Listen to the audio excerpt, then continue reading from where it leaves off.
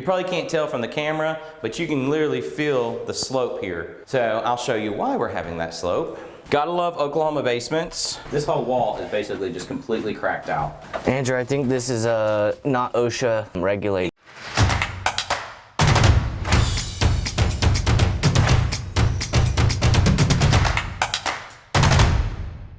Hello world, wake me up to another good morning, time to go.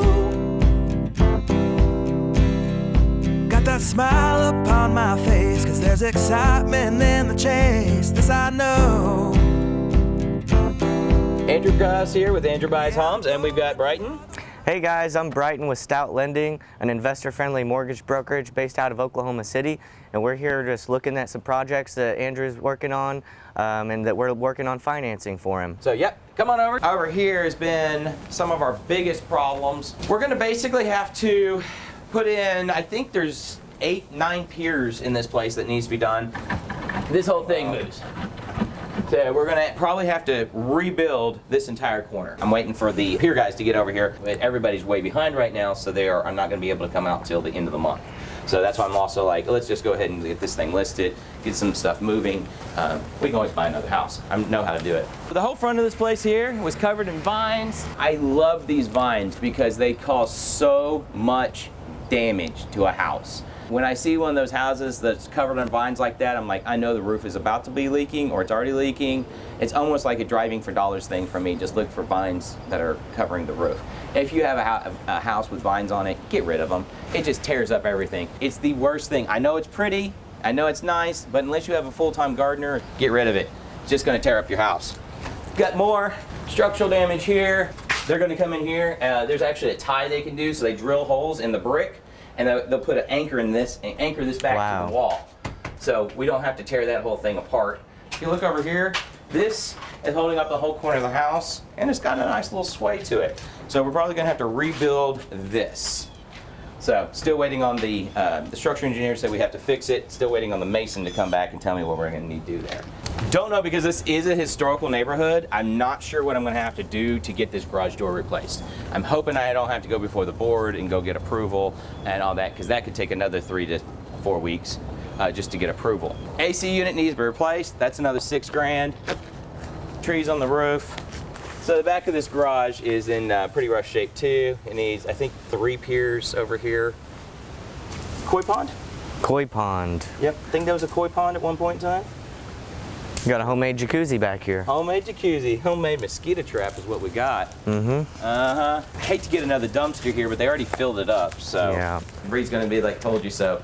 She's gonna have a perfect opportunity here because she told me to get the bigger dumpster. And I told her we wasn't gonna need it. And it's like, we'll probably barely fill that one, and I'm always wrong. Yep. I'm always wrong. She's like, let's just get the bigger one. It's only $100 more, so now I'm gonna have to get a whole nother dumpster. We got this house from a bird dog of ours. So we pay $1,000 to anybody that brings us a deal that we are able to close. So this was a friend of a friend that needed to sell this house. The older couple that was living here needed to move into assisted living. They needed to sell it fast, and they needed an extra 30 days to move out the property. So I bought the house, I gave it for $1, I gave them 30 days worth of rent, so it took them actually took them almost 45 days to get out of the property. And then they left all the trash. They were able to leave all their trash. The disadvantage of that was they also took my stove and a couple other things they weren't supposed to take. But that's sort of part of the game that you play when you do this. So come take a look. Oh man, just get a shot of that. This is just the prettiest right here. I love this old fireplace. I love this living room. I love this built-in. This is actually coming out just a little bit and leaning forward. And like I was telling Brighton, on all these old houses, they really had a tendency not to put any foundation under it. And if you look right here, you see there's almost a finger's length that it's already dropped. Typically, where they built these is they would just literally build the fireplace directly on top of the 2x4s. There's probably nothing underneath this thing at all. Probably need to go underneath there, put a couple jacks and jack this thing up. Normally what they'll do is they'll put a layer of sand, they'll put a layer of brick, then brick right on top of it. They lean. They're really not in bad shape. So if you see something like that, it's not the end of the world. It's literally like $300 or $400 fix to put a couple piers under there. So love this pass-through kitchen. If I'm gonna hotel it as is, just see if I can get somebody to buy it. Nobody buys it. My plan is I'm gonna gut this kitchen. We're going to take this doorway out because it basically kills this entire flow of the kitchen. All right, so that's my plan here with the kitchen. So in here, we've got a bedroom, attic, nothing too fancy here. How would you fix this plaster that's fallen down on the ceiling? Okay, well, typically what I do, I mean, this stuff here, it's got all the old, you know, you can always see here, this is one of the reasons it fell apart. Look at that, there's not enough pig hair in it. So whoever makes up the plaster, slacked on the pig hair. It's supposed to have pig hair in it. So this had a little bit of water damage. What I'd do is cut it back here to where you can see where it's starting to crack. And it wouldn't be pretty, it'd be really, really, really jagged. We come out here, cut out a big piece. We come in here and put a piece of 1/4-inch sheetrock on top of it. And then the outside area, we'd go in there with a rock hard hot mud. And we'd go and fill in the edges, mesh tape, blend it together, and then shape mud texture like you would normal sheetrock. Carpet in the bathroom, yeah. But I just pulled up the carpet and I realized why. There's no floors under here. So that was their fix. Put an area rug and just cut it around. So anyway, obviously this bathroom needs to be gutted. Take out the windows. You know, this whole thing needs to be gutted. Here's the master bed, and here's the master bath. So you can see here that still needs a little bit to go. We have the bathroom vanity sitting over there. We have all the plumbing for the vanity. They've got everything ready to go for a bathtub. They just never finished it. I'm not exactly sure what they did here, but my plan was full bath. Bathtub, toilet, and there's all the plumbing there for the vanities. Last bedroom. Now for the fun part. Oh yeah, well, in the bedroom here. All right, if you look over here, you can see that we've got some cracking in the plaster. A little bit here. You probably can't tell from the camera, but you can literally feel the slope here that going down. So I'll show you why we're having that slope. And this is one of our big projects here. Gotta love Oklahoma basements. All right, so so this is the problem we're having here. This whole wall is basically just completely cracked out. Andrew, I think this is not OSHA regulated. Yeah, down this here. is definitely not OSHA regulated staircase. The only thing down here, go ahead, I was over there, is the hot water tank that's down here. It's the only function that this basement really has. So we're debating between fill the sucker.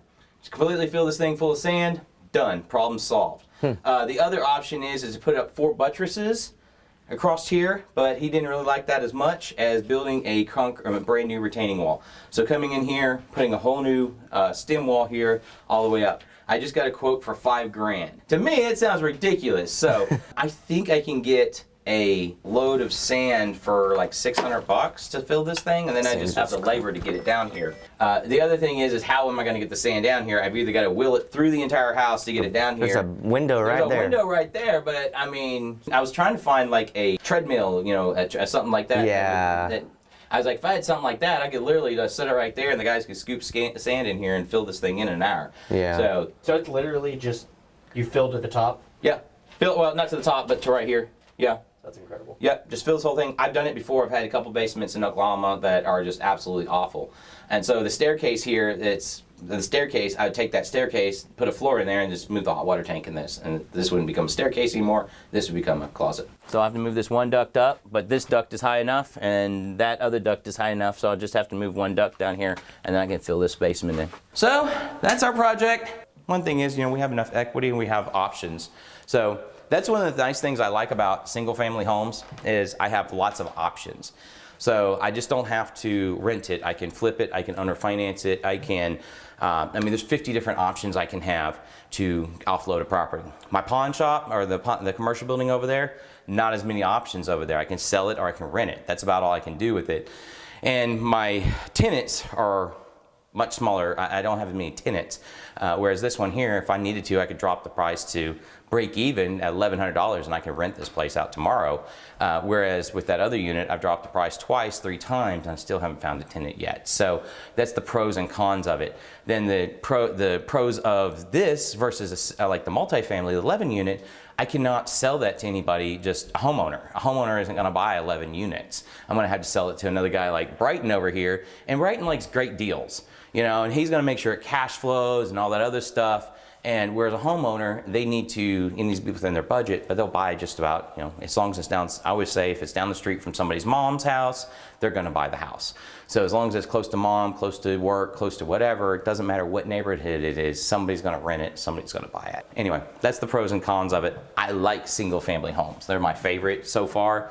The multi-units, we're doing a couple of those and they're fun, but I still prefer to do single families. So that's this project. We'll see what happens in the next couple weeks. We'll give you guys an update and let you know.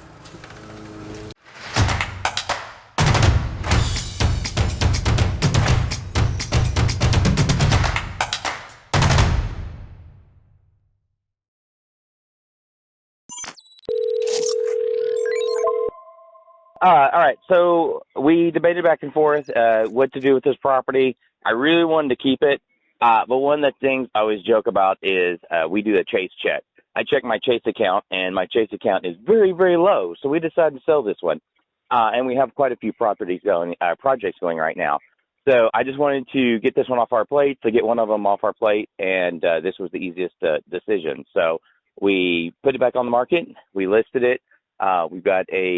We listed it for 180. We got an offer of 170. So we'll see what happens. But if not, we'll put it back on the market and see what happens. Gotcha. What was your initial purchase price, and then how much would this, after all of the cost that you put on it, what would your end profit be? Okay, so right now we bought the property for $90,000. Right now we put another probably 9 or 10 into it, so we're probably into it for about $100. We will have another probably close to $10,000 in realtor fees. That's one thing in the show, in the Flip This House show, they never show you all the realtor fees and commissions and that. So we'll probably have at least another $10,000 in fees and commissions there. And so our profit on that should be, what is that, about $60,000, hopefully.